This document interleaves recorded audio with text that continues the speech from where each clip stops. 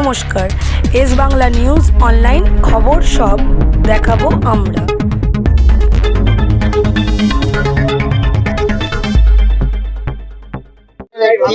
কর্মসূচি রেখেছে, এই যে শপথ নেওয়া, এই শপথটা কতদিন আগে নিয়েছিলেন, কি কারণে নিয়েছিলেন? বাবু 2021 সালে কোনো কারণে সমাজের একটা সভ্য লোকেদের হিসাবে মানুষের সঙ্গে আমার একটা বচসা হয়, ভরা সংসদের মধ্যে বচসা হয়। সেদিন আমি মনে করেছিলাম যে নেতাদের অত অহংকার বেড়ে গেছে, যাতে এই অহংকারে বিরোধ করা দরকার। সেদিন আমি বিরোধ করে কোনোভাবেই কোনো দল থেকে বলতে পারেন বা সমাজ থেকে বলতে পারেন, ভয় বৃত্তর সংসার যা আছে তাতে কেউ আমাকে সাড়া দেয়নি। কিন্তু নিশ্চিতভাবে ওই সভা কক্ষ থেকে প্রায় 750 লোক আমার সঙ্গে বেরিয়ে গেছিল। সেদিনে আমি ঠিক করেছিলাম যে এই অহংকারে যতদিন দমন করছি না ততদিন আমি দাড়ি কাটছি না। সেদিন থেকে আমি দাড়ি রেখেছিলাম।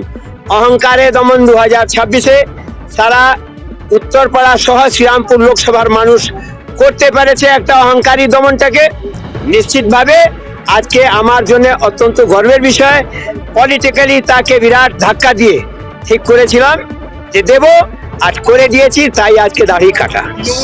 সমস্যাটা কি নিয়ে? নিশ্চিতভাবে কর্মীদের অসম্মান, অসভ্য ভাষা, অসভ্য আচরণ, তা নিয়েই ব্যবস্থা আমি চেয়েছিলাম।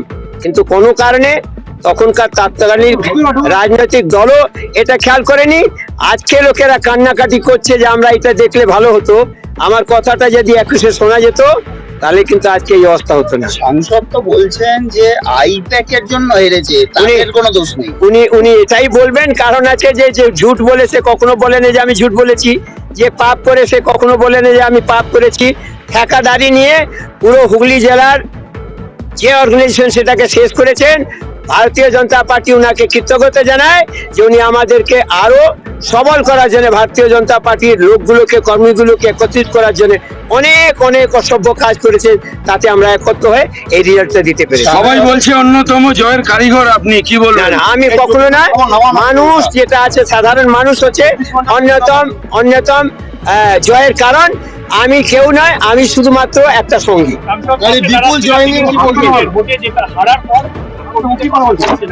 না, মুশকিল আছে যে উনি কোনোদিন কারো পাশে দাঁড়াননি। উনি আসানসোল থেকে হেরে এখানে এসেছিলেন, মানুষকে বারবার করে বোকা বানিয়ে উনি সাংসদ হয়েছেন। উনি কোনোদিন কোনো কর্মীর যদি অসুবিধার মধ্যে ছিল তার সঙ্গে থাকেনি। আর আমি আপনাকে দায়িত্ব নিয়ে দেবো যে উনার শেষ শ্বাস অবধি উনি কোনো লোকের সঙ্গে কখনো থাকবেন না। না, আমি তো বললাম যে চকলেট বাইকে সাংসদ বা বিধায়ক করা যায় না, এটা মূর্খ মতো ভেবেতে হবে না। পলিটিক্যাল আইকিউ থাকতে হয় পলিটিক্স করার জন্য।